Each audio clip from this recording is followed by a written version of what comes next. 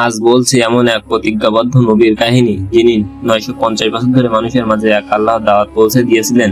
তিনি হলেন হযরত নূহ আলাইহিসসালাম। নূহ আলাইহিসসালাম ছিলেন আদম আলাইহিসসালামের দশম প্রজন্মের বংশধর।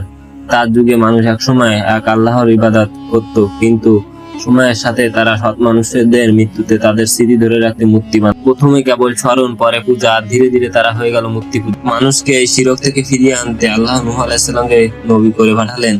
তিনি মানুষের সামনে দাঁড়িয়ে বললেন, হে আমার জাতি, এক আল্লাহর ইবাদত করো, তার ছাড়া তোমাদের আর কোনো উপাস্য নেই। কিন্তু তারা বলল, তুমি তো আমাদের মতো একজন মানুষ, তোমার কথা মানলে আমরা নেতাদের বিরোধিতা করব।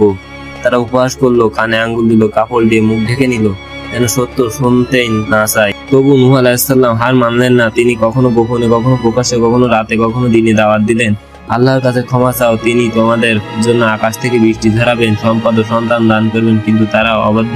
এভাবেই শুরু হলো দীর্ঘ 900 বছরের এক অবিরাম সংগ্রাম, যা ধৈর্য, ঈমান আর আল্লাহর উপর ভরসার এক মহাকাব্যিক গল্পে রূপ নিল।